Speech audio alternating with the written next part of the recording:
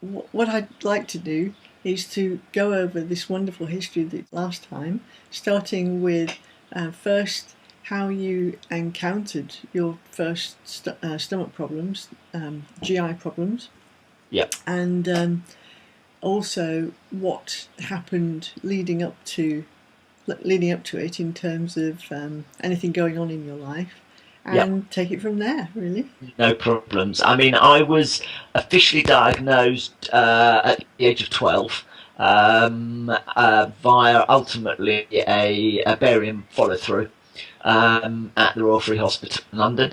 But my problems really started, I would guess, around the age of 7, with a lot of prop joint issues, broken bones, joint issues.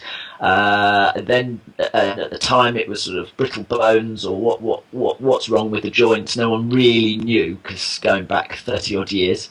Then I developed stomach problems, a lot of stomach pain, a lot of bloatedness. I'd spend a lot of time on the toilet.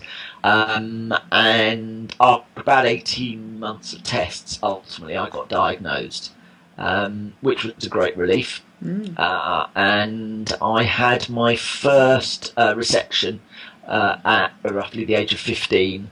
I should say that the diagnosis of Crohn started at the ileocecal valve, the joint between the small and the large intestine. That's where that's where my Crohn's was centred at the time that I was diagnosed. Right. And at that stage, at the age of 12, despite all the joint problems, etc., I was, I guess, in my eyes, just a normal teenager. At school, sport was my particular passion. I was lucky enough to play in a number of the school teams, and probably to the detriment of my academic studies. But that was my life at the time, and having Crohn's and then being diagnosed with it and the ongoing treatment really brought that to a thuddering sort of halt. So that was the first, I would say, encounter that I could honestly say to you affected me badly. But anyway, I had my first op around 15, and over the last 30 odd years, I ended up having 20 different operations on the bowel. Whoa, 20. Yeah, I mean the bulk are obviously resection based, and I ended up with about 60-70 centimetres of small bowel left. I also had, though, some operations for adhesions, which, as you know, very common the more surgeries you have. And then in around 2009, I had intestinal failure. I'd been in hospital for about 9 months that year. They tried 2 different operations to part the adhesion, to separate the bowel as well, and look at that. Unfortunately, Michael, it didn't could you work. just explain for people that term, intestinal failure, because it means it's such a vague term, and yet it's Sure. such specific problems attached to it. Well, for me, it basically meant that my bowel wouldn't absorb any of the food or liquids that at the time I was trying to put into it. So my result, my if you like, symptoms from intestinal failure were constant sickness, a huge loss of weight, basically nutritional levels in my body dropping because my bowel wasn't functioning effectively. Nothing would go through. So when they did the last operation, which I'll come on to, they basically the bowel had become sort of matted as a congealed lump that was all stuck together. There were no loops that were definable in the bowel, and they decided that the only way I could sustain weight and nutrition was to go onto this intravenous feed at TPN. Can I just ask you some more about that? When you say the matted together, Yes. was that caused by fistulas? Yes, it was. It was, and it was called, well, fistulas. I'd had adhesion, so the loops were starting to stick together as it was, and there was also a lot of inflammation in what was left of the bowel. So basically, if you like, inside the two ends of the loop were joining, the outside ends were joining to what else was left as well through the adhesion side of things, and obviously I had some ulceration in there as well. Gosh. But ultimately, the big side effect, or the big effect of all of that for me, was just stopping eating and drinking, because I couldn't hold anything in, couldn't absorb anything, and nothing was being. There was no nutrition going into me. I had a nasogastric tube down me for a while, which ultimately just kept sicking up. It wasn't a great experience. I then had a peg, so a tube into the stomach, to see if we could feed that way. But all that ended up happening is using that tube for aspiration. Whoa. So rather than putting anything in, it was just pulling out bile and everything that was in the bowel to reduce the volume that I was being sick with. So they diagnosed, they said, right, you've got intestinal failure and life of TPN. And as you know, they put in the lines, the Hickman line, which went into the wall of the chest, and that was really to be my sort of short, medium term future. Can you just? I know a lot of people won't know what TPN is, so perhaps if you just go into that and the problems associated with it. Sure, no problems. I mean, TPN, total parenteral nutrition, is basically your I guess the best way I can describe it as an amateur is your nutrition and all the levels that your body requires in order to sustain itself, give you the energy, give you all the good bits that you need in a bag of liquid. And in my case, I had two types. I had a best way of describing it is a fat and a non-fat bag. So non-fat bag is the yellow colour, is more liquid, looks more like a liquid, and when they add the fats, it becomes a white bag. And basically, that would go in through a line called a Hickman line, which goes into the wall of the chest and then feeds around one of the main veins into close to your heart, I believe. I think that I'm right in saying. Right. And I would, when I was in hospital, obviously I just walk around with the bag on a drip stand, and at home I had this big backpack that enabled me to move around and about a bit. But obviously having lines in your body increases the risk of infection. So can I ask you some more about this? Yes, of course. Now this was a line straight into a vein. Yes. Not and it bypassed your stomach completely. Completely. And both of those feeds, both types of nutrition, were going into veins. Correct. And was anything going into your stomach at all? Liquids or anything at all? Nothing at all. So your entire nutrition, liquids, foods, everything, was going straight into a vein. Absolutely. And that's what contributed to needing this later procedure. Yes. Can you go in? Do you know any more about the impacts on liver failure and so on? Do you want to talk more about that? The first thing they tell you when you start TPN is that they monitor your liver very closely, and it can become fatty, and that the likely long-term prognosis of being on TPN could end up being liver failure and therefore a liver transplant.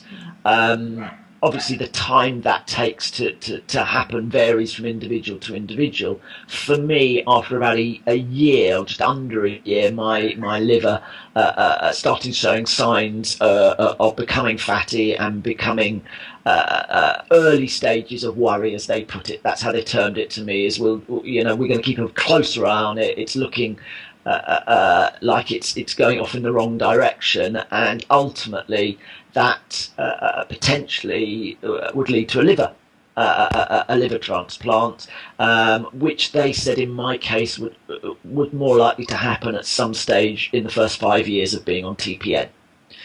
I have known other people that have been on TPN for longer periods and have been lucky, but I guess just individual body. So back at the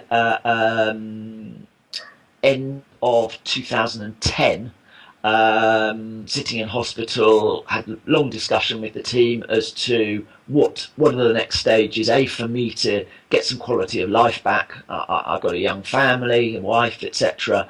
Get back to work and living some sort of normality. And it was mooted about bowel transplants.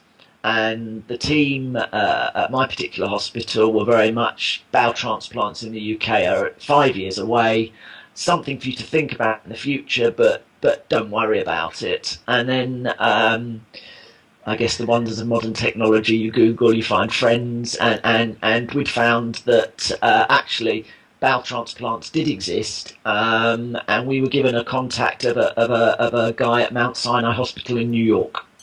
So my wife, myself, 3 suitcases of TPN and God knows how many drugs, decided to traipse off to New York, and it was basically a day of complete review of my history, where I was today, with the idea of them being able to look at a menu of options that might be available to me over the next few years, so that I could bring that back to the UK.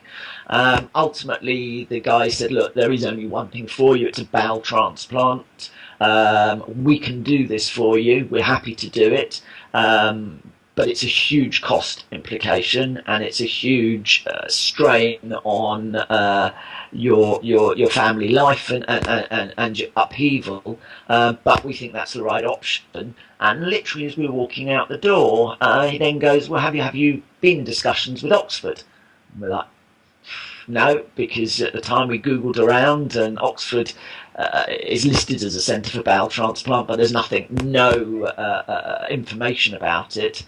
And to cut a long story short, we came back, we arranged an appointment with the transplant coordinator and the lead surgeon at the Churchill Hospital in Oxford, and we very much went there with our minds sort of thinking, yeah, we'll go and see them, we'll pay lip service, but ultimately the UK isn't really the place to have transplants. We've got to find a way of having to get to America.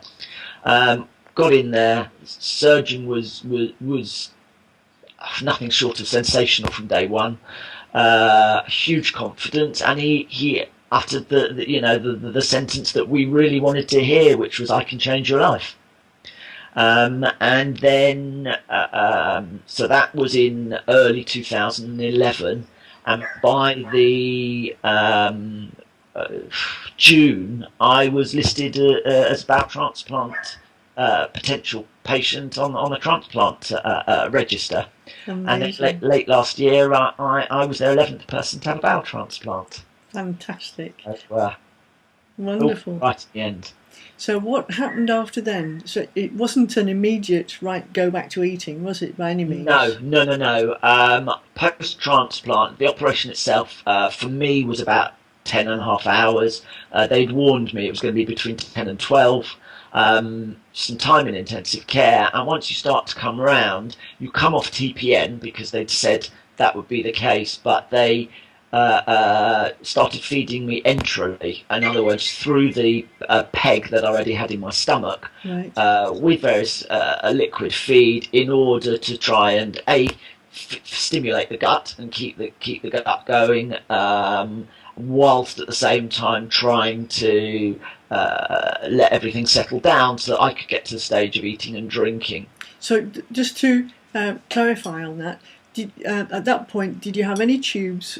Was any TPN? Was TPN only going into veins, or was it now introduced into your stomach and no, TPN was only going into veins. Right.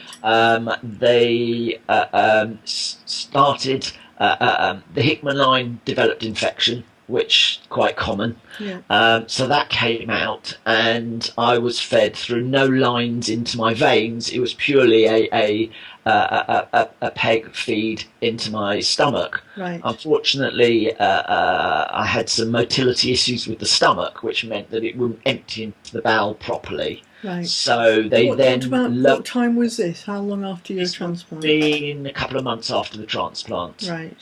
So up to that point, you were only being fed straight into veins. Correct. Right. Correct.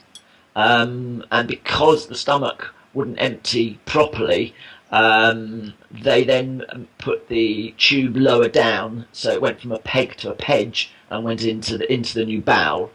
So it bypassed the stomach and meant that the new bowel could be fed in the way that it needed to, so that it could thrive. I could get the benefit of the nutrients and the goodness from the feed, and hopefully start to build myself up. And the idea for them was always to reduce the volume of feed going into me, whilst at the same time increasing the amount I could eat and drink, and that was the plan of action. Right. So were you drinking or eating at any point at this point? I was, for the first 3 months, all I could do was take probably half a dozen tablets a day through sips of water. The rest of the tablets were either crushed or done in liquid form and injected straight into the bowel through the tube. Actually, that begs a question. On the way when you said you're on the way to New York and you brought all your TPN with you and your enteral feeds and God knows how much medication you said. Yes. So were you taking those orally? Or were you injecting those in your bag? So I had morphine injections, which were 3 times a day, which were intramuscular. Right. And then my Hickman line had 2 ports on the end, one which was for TPN and one where I could inject the rest of my drugs into. Right. So nothing orally at all? Nothing orally. Okay. No. Sorry. Please carry on. Yeah. Yes, sorry. And then it's my fault. So after the pedge tube went in and the feed was able to go into my bowel, they started introducing some food into me, just very, very light food, and unfortunately I was still being sick and not be able to keep that down. So about what time was this? How many months this after? This would have been about 4 months post-transplant. Right, so this is about March of this year, 2012. Yeah, just before then.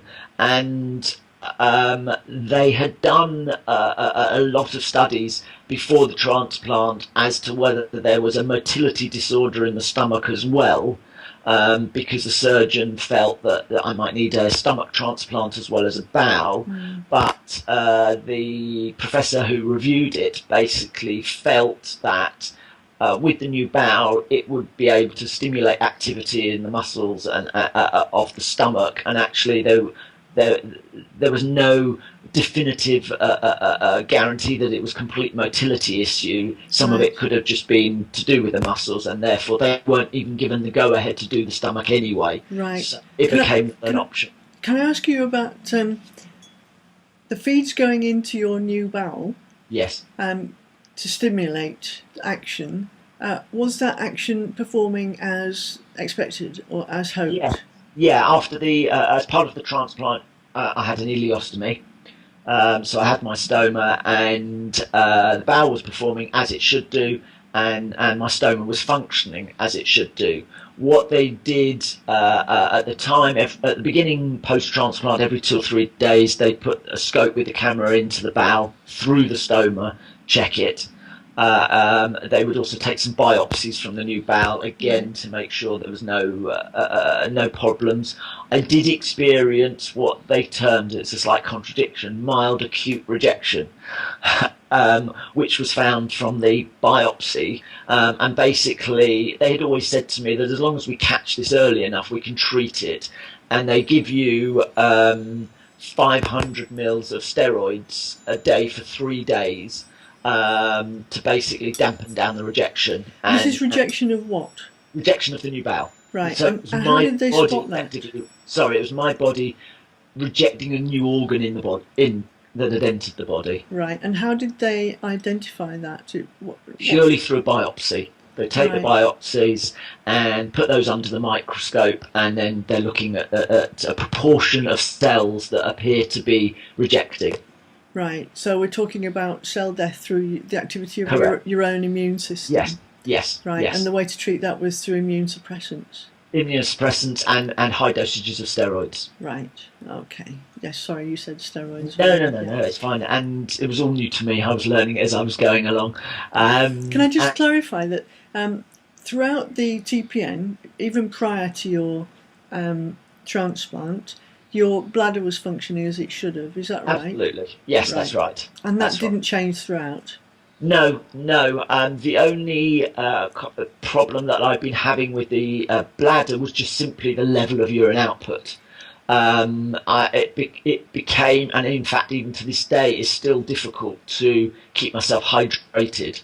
So ordinarily, when you'd expect to have output of over a litre and beyond a day, my levels were dropping to sort of 200 to 300 mils a day Oh, of that's not very output, much at all, is it? which isn't enough. So and sitting here talking to you today, the sort of battle between surgeon and dietitian is I still have 40% of my old colon left, and the surgeon would like to bring it into play now and reverse the stoma because that will help with the absorption Yes, and help the fluid balances. yes. The dietitian is saying nutritionally I'm not at a level that I can sustain myself, and it's harder for them to start looking into the bowel once I'm closed up, because obviously it's harder for them to take biopsies and do everything. So it's a balancing act, and that's a big struggle for me even today, but something that hopefully will get rectified in the next few months.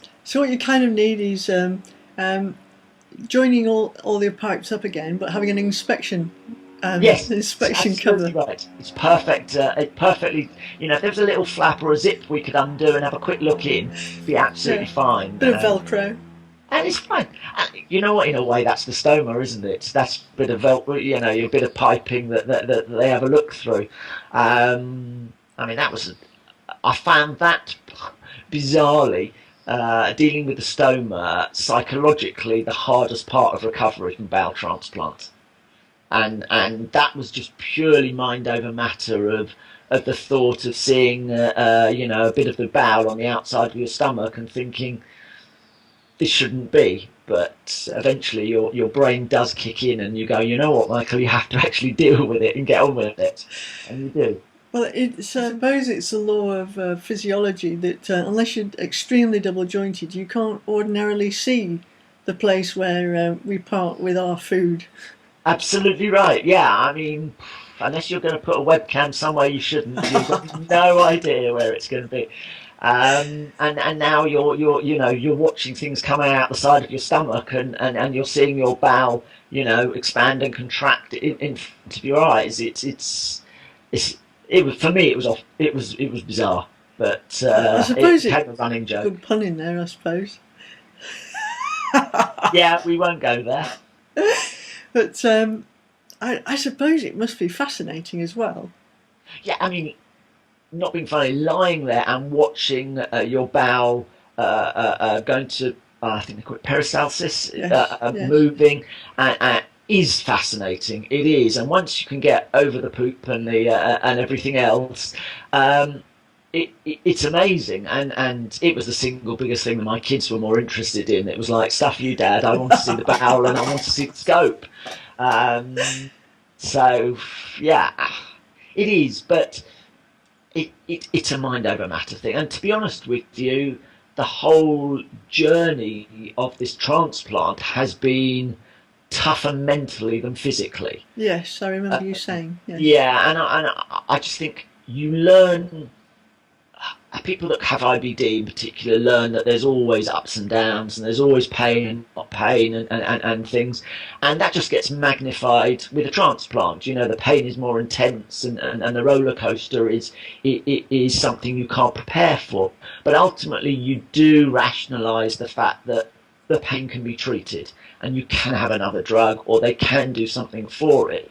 But mentally, coping with the roller coaster of emotions, the roller coaster of ups and downs, that's the biggest single challenge. Yes, well, obviously, as you know, this is my area of fascination, Yes. and I'd love you to go into just the ABC of the emotions from, well, I guess from when you were first diagnosed. In fact, prior to then, when you were first experiencing the GI problems, and Yeah. even, I mean, we discussed before about the impact potentially of the sports injuries that you were having and the Yes. broken bones.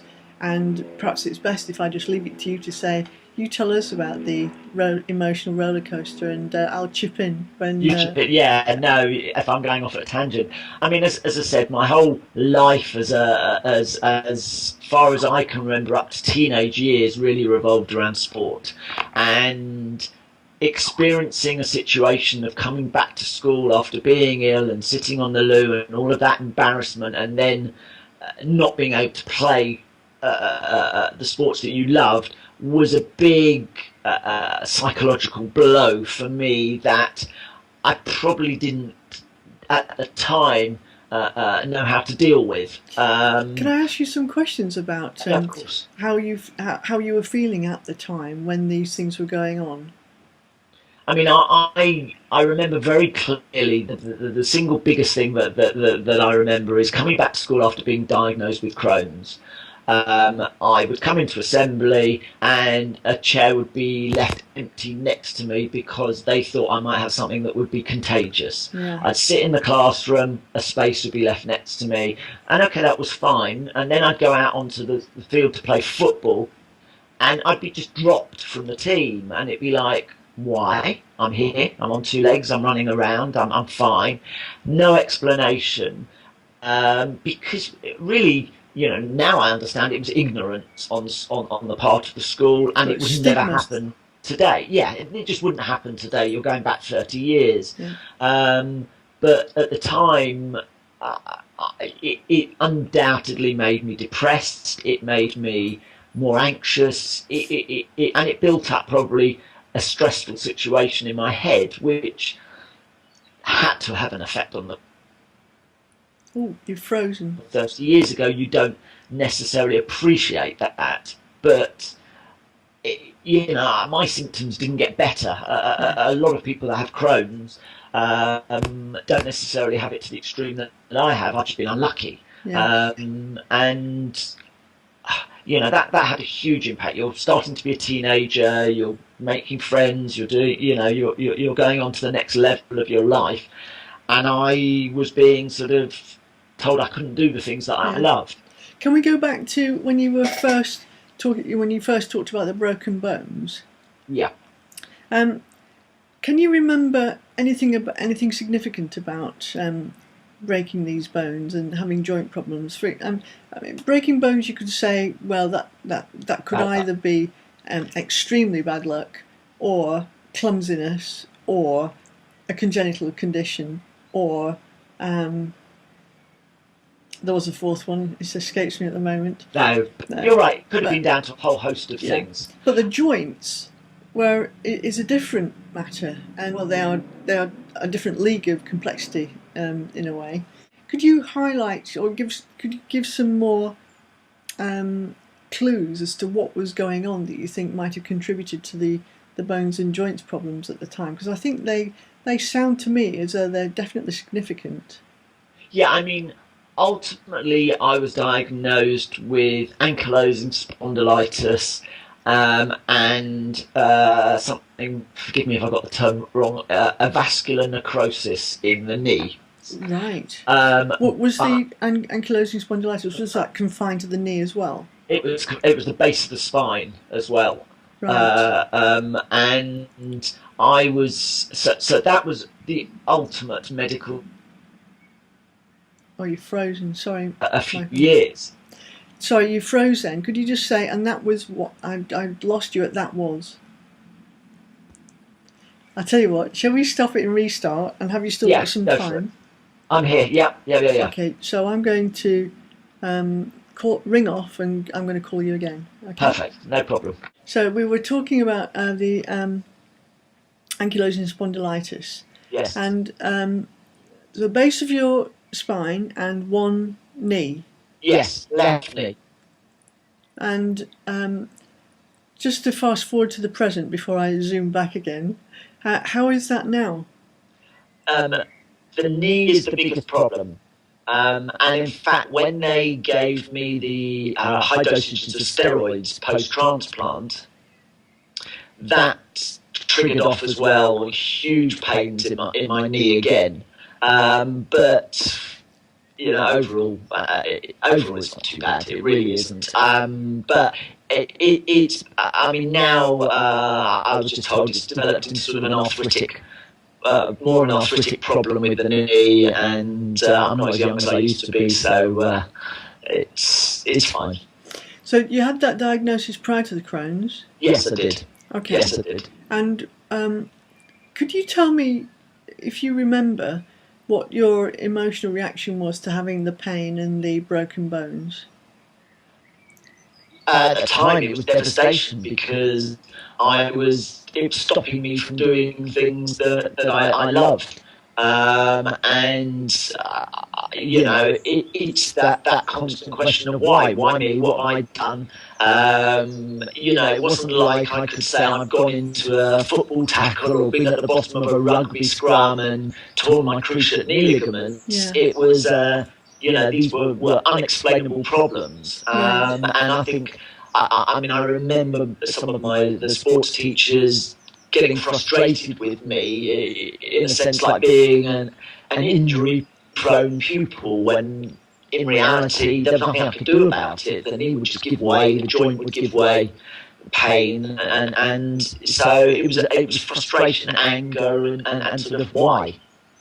And prior to these this condition arising, or it being made known to you, what was your kind of state of mind as a child? I think I'd like to think that I was and still am a pretty laid back person. I think I've become more open as I've got older. I mean, I grew up in a very loving household, very lucky childhood, but not with a family or with parents that would necessarily be open and talk about things. My mum was quite a sort of nervy character, always complaining of this ache or that ache. And actually, you know, if I look back now, that was very similar to her mother.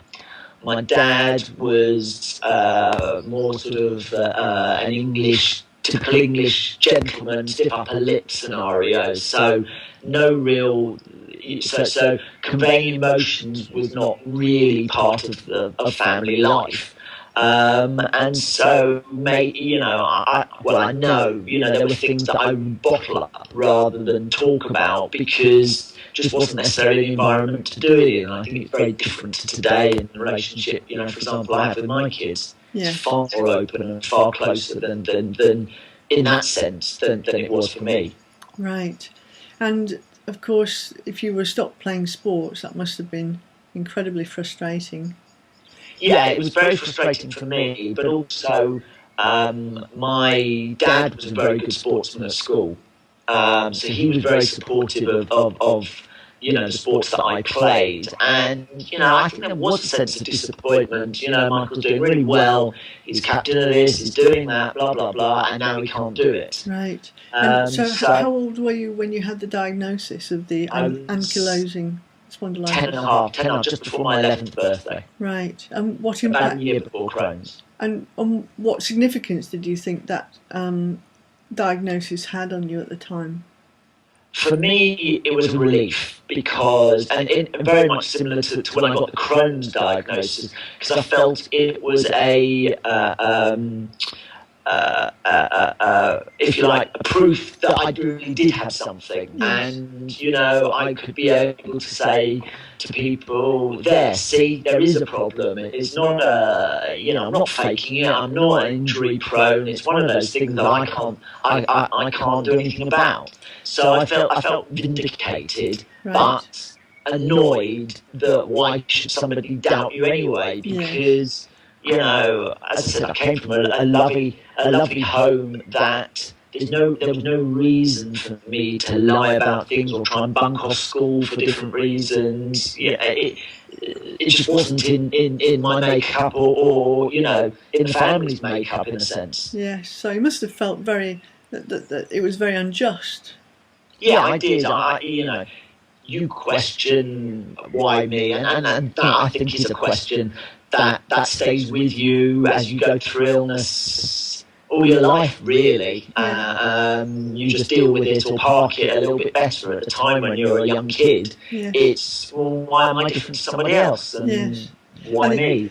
When you look at all of the Crohn's pages, many of the posts are people in despair at the unfairness of the way that they're treated, the way that people believe that they are making things up, or that they are perhaps over dramatising something because, as they call it, the invisible illness.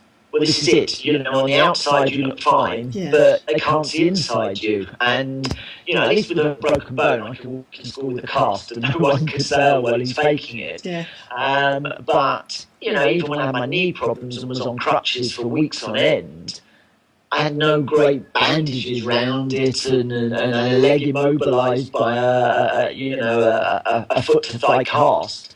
So, oh yeah, come on, you can do this. And yeah, I think that what you've just said, that the visible illness is probably the single biggest problem that people like ourselves suffer with. Yes. And do you think in any way, or do you feel that it was connected with the onset of Crohn's, this big restriction? Actually, before you answer that, can I ask, were you told to avoid sports or to take it easy after your diagnosis?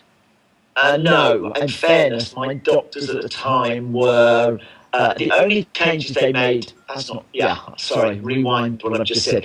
Yes, I was in terms of contact sport, but not in terms of getting on with life. I was just told, knee joint in particular, more susceptible to problems, avoid where you can contact sport. I can't say I listen to it every day, because I just wanted to get on with things. But I think once I'd had the diagnosis, the doctors also were pretty good at trying to get me to lead a normal life. It was all about the build-up to it, and that sort of thing. So you must have got pretty adept at avoiding tackles then. Yeah, and I'm making excuses as to why I needed to go in goal and someone else was on the field. So, but didn't help that I wasn't the tallest guy in the world, so I couldn't touch the crossbar. It was terrible. Oh dear, the trials of youth. Absolutely. No, but you just get on with it, I think. Yes. You sound like a very courageous soul. I mean, I'm ploughing through this as though it's all matter of fact, but I'm actually absolutely astonished at the courage and the matter of factness of which you're telling me all these things. You know, I don't ever think of it like that. I just think that either you are somebody that just gets on with things, or you're somebody that can't cope. And believe me, I have plenty of down times as well as ups. But I think the one thing that I'm probably most proud of is that I've always tried to just get up and get on with things. Yeah, clearly. Doesn't always work. Well, I think having that frame of mind makes a difference to your experience of life enormously, because people who do go into themselves and withdraw, their experience of life is as though they come to expect life to get worse and expect life to be bad, and dwelling on it actually kind of encourages the bad things to happen. Yeah. So I'm full of admiration for the people who actually can get on and cope, because it does enhance their quality of life so massively. Absolutely. But as you say, it's kind of a blessing, and not everybody can without enormous help. You need help. I think I was lucky growing up surrounded by some close friends who were pretty inclusive of me or understanding. Oh, it makes a huge difference, doesn't it? And that makes a huge difference. I also think, in a way now, it helped me being ill from such a young age, because it just became my life, and I just had to change my life and adapt accordingly. I think if you are diagnosed, even in your 20s as opposed to your teens, life moved on that little bit further as well for you. Sure. So the question I was going to ask you before I interrupted myself was, to what extent do you think the diagnosis of your condition relating to your bones, had on the onset of Crohn's? At the time, if I go back 30 years, at the time, the doctors didn't know the connection. And all I can say is there is no doubt that my frustration with the joints and my anxiety over missing out on things creates its own stress, it creates its own... Oh, it's frozen again. Would lead me to uncomfortable feelings. Yeah, no, there's no doubt that the anxiety and the stress of having the joint problems and missing out on things created a mindset of frustration and therefore a bit more of nervousness for doing things, which then creates, you know, the butterflies in your stomach, the uncomfortable feelings in your stomach.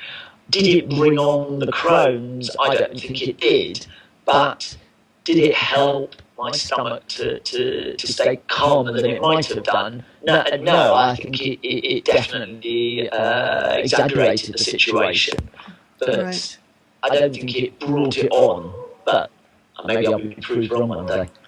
Well, yes, it's something that's a matter of huge interest to me. Can we fast forward to the present? Because obviously having a new bowel, this is something which is, I mean, you know, there's a nervous system that belongs to the bowel, and the number of questions that I could ask you, you know, we could be here all day, and relating to the difference in your experience, your emotional experience that is registered through your bowel. So last time we spoke, you talked a little bit about this, and without any prompting, I'm just going to say, could you talk some more about the feelings attached to your new bowel? Yeah, I think, and it's very vivid because I remember blogging about it, about a couple of months or so, maybe even 3 months after my transplant, I just had this overwhelming feeling of, oh my gosh, I've got someone else's bowel inside me and I'm a transplant patient, and I don't know how I feel about that. And prior to that, obviously, you know, in terms of process what happens, and sadly that some family loses somebody in order for me to gain the organ, and you understand that, but you don't necessarily think it through. It's just... Dear. There does come a time where you just think to yourself, oh my gosh, I've got someone else's organ in my body. I'm 43 years old and I've had this major transplant. And I guess the only way I can describe it is a weird feeling of how am I supposed to react? Should I be grateful? Shouldn't I be grateful? Am I going to take on any of the characteristics of the person because it's their bowel and not my bowel? To me, once this is all over, forget all about the foods you didn't like and you couldn't done. This is a clean slate, and start again. And you know, I just didn't think about it and things like that. And then I started to feel, is that because that person liked broccoli and I didn't like it, so am I going to like it? And just emotionally, it was basically, you know, I had stupid thoughts like, I could, you know, I'm being told now after the transplant I can eat what I want. Yeah, I hated other things, so did this person like broccoli, and therefore that means I'm going to like it because I've got this person's bowel. And just a very weird state of mind. And even to this day, if I'm honest with you, Joy, that there are times in a week that I will just think to myself, gosh, I'm a transplant patient. I've got someone else's bowel in me, but should it just be mine now? Is it, you know, it's not someone else's, and that creates a very, I guess, feeling that you can't explain because I've never experienced it before. How do you feel at this moment if you think about your bowel?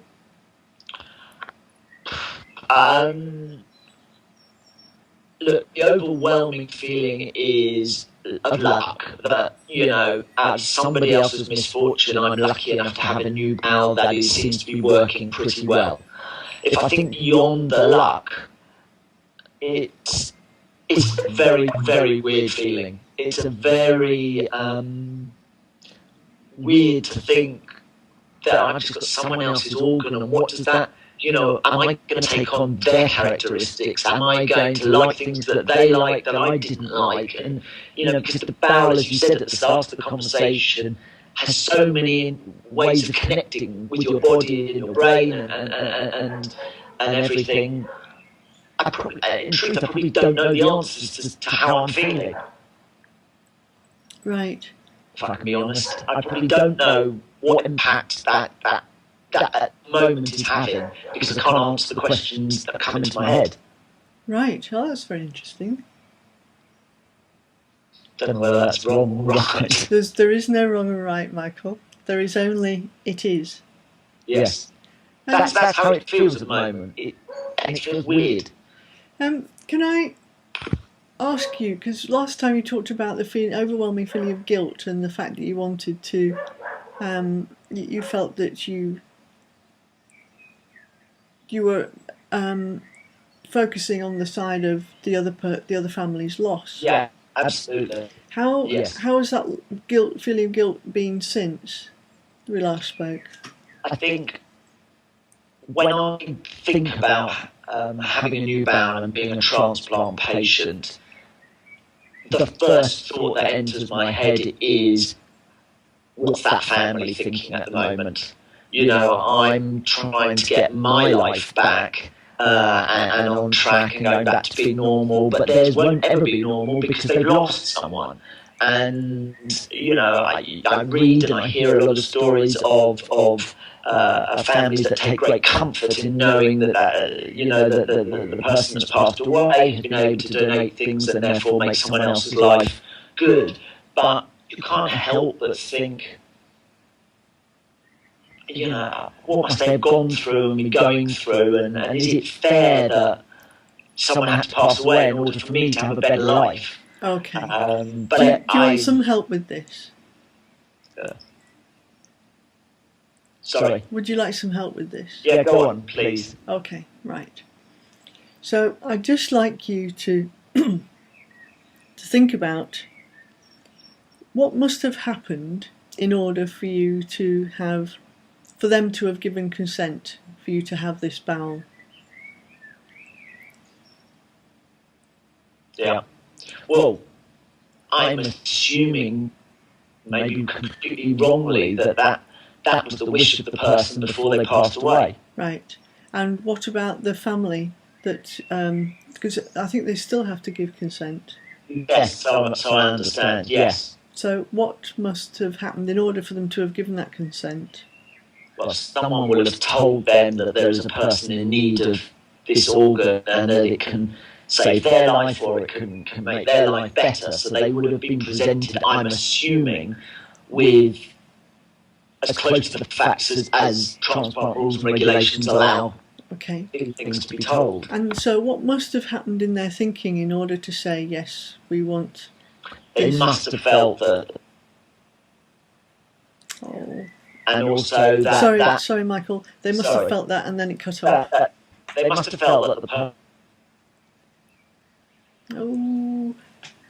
No, I'm sorry, I've lost you. I'm really sorry I've lost you. They must have felt that person wanted that to happen, but they also must have felt themselves, I'm guessing, that is the best way of, in a sense, honouring the memory of that person and keeping that person's life alive by having, their organ donated to someone else.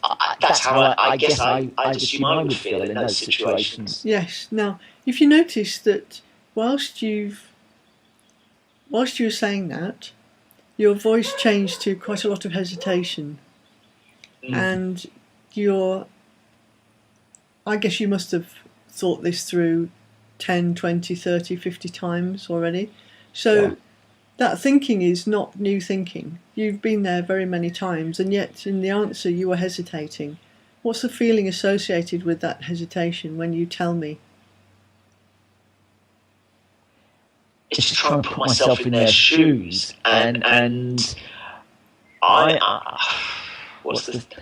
am I thinking? I guess in a way, I'm worrying, not worrying, I'm thinking, am I saying the things that have gone through their head, or am I saying the things that I think I want to have gone through their head? If that makes sense to you.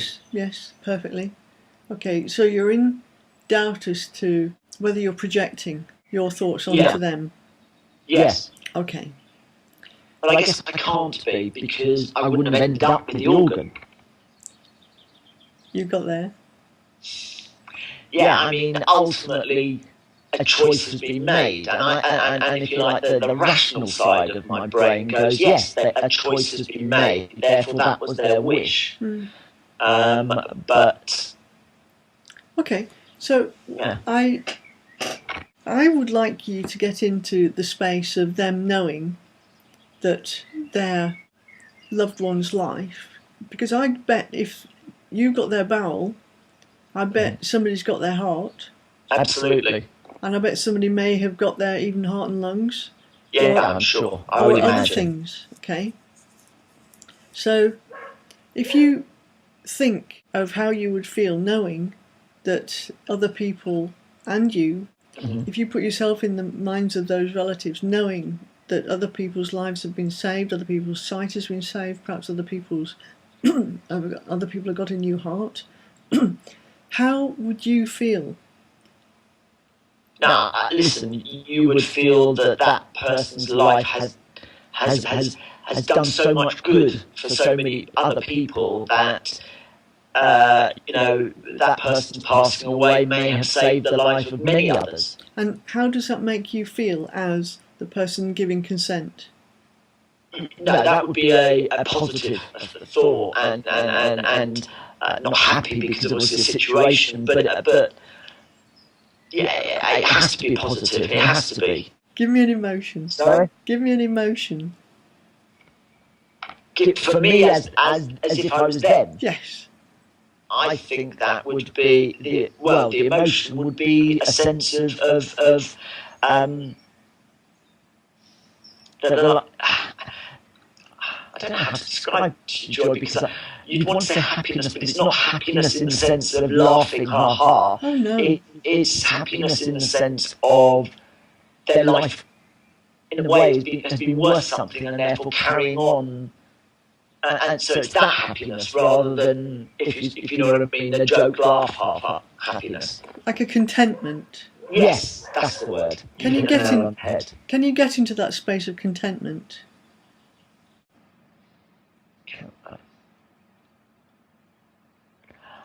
I tried very hard to imagine what it would be like for me in those shoes, and therefore getting into that space of contentment. Because, to be honest with you, it's just not something I'd ever thought about prior to transplant. Yeah, you're running away again. You're running away. You get into that space of contentment. Okay. Yeah. Okay, no, more than that. It brings them peace. It will bring them peace. Right. I think. And now just sit quietly with that contentment and that peace, and really bathe yourself in it. I've cut the next few minutes of this interview from the video because it's clear from Michael's reaction that this is an area of deep-seated issues which need to be dealt with another time, and with his permission we'll record future sessions exploring and uncovering very specific effects of his thinking on his body, and how in changing that thinking he can bring about changes in how his body functions. There are different ways of doing this. This is just one of many. Okay. And the rest of what I've been saying being of use to you. Absolutely. Now I'm mindful that you have to be somewhere else. Are you going back for a scope today? No. It's bizarre. I've got to go to Hatfield for a press briefing in relation to the Olympic torch, so it's not even anything medical that I can use as an excuse. I'm this torchbearer on the 8th of July, so brilliant. I've been asked to attend this briefing about it all, and I've put myself off it so many times. I've kind of been given a last chance to go and do it. So you must go. You must go. Right. Well, without more ado, Joy, is there enough on the interview side that you feel? I think so. Yes, it's been an really absolute pleasure, and I hope this interview is. I hope you've enjoyed it as absolutely. Well. And you know what? Above anything, I've enjoyed meeting you and chatting to you. So you're lovely and very kind, and I can see why so many people want to come and talk to you. Well, thank you so much, and you are amazing, Michael. You really are. Well, take care. Have a good meeting, and we'll speak soon. Bye bye. Bye bye.